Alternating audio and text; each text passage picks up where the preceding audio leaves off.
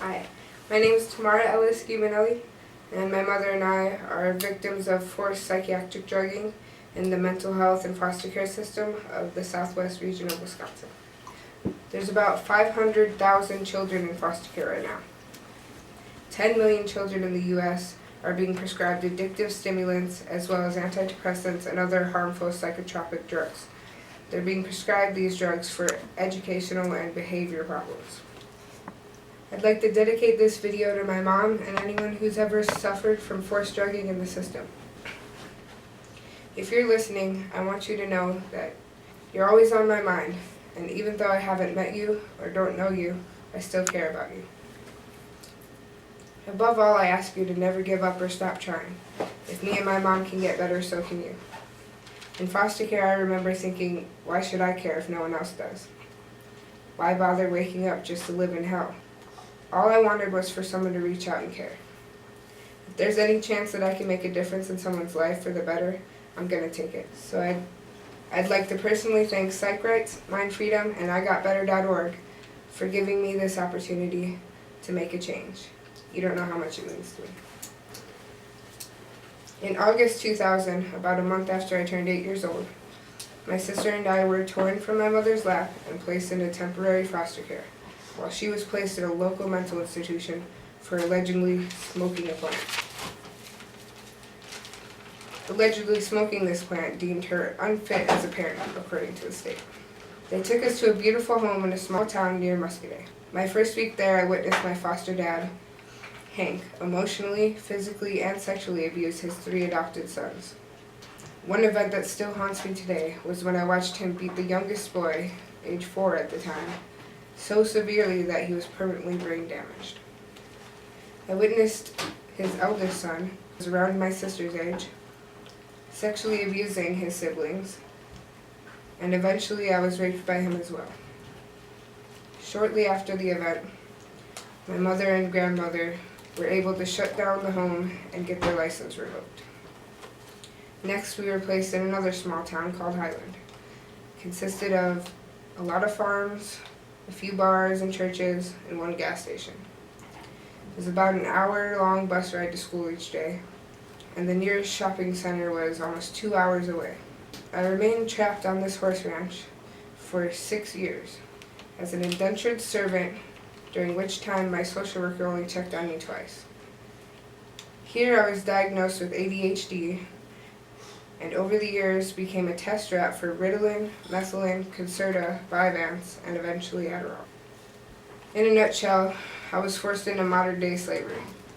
I was given my stimulant in the morning, and then expected to do chores such as baling hay, taking care of 60-plus horses, scrubbing the floor with a toothbrush, washing the dishes in scalding hot water over and over again until they were perfect.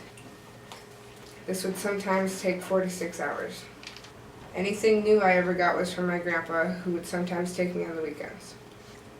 The rules here were very strict. I wasn't allowed to listen to music. They had to be approved by my foster mom first.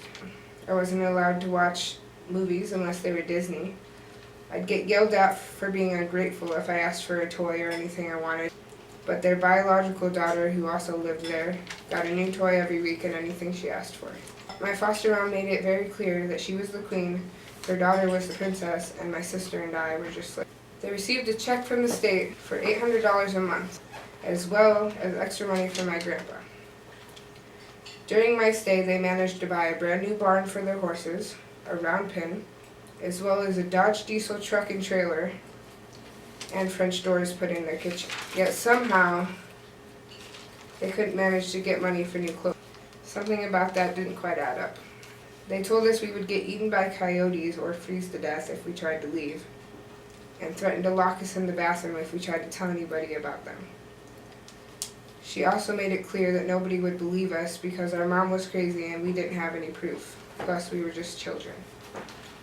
When my mom was released after 6 years of forced drugging, I filled her in and informed her that my sister, who was 9 months pregnant at the time, was currently locked outside with all her belongings in a blizzard because she refused to follow rules. Outraged, she gave me the number for a lawyer I could call. When I attempted to call, I found all the phones disconnected and hidden in the barn.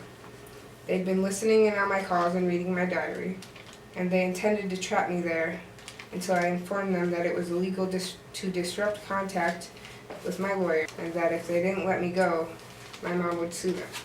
At that point, they let me go. I was 14 years old, and I hitchhiked a couple towns over, where I was arrested for being a runaway.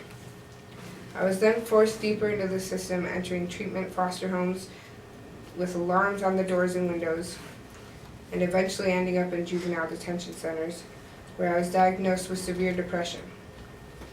At that point, I was given an antidepressant called bupropion or budoprine.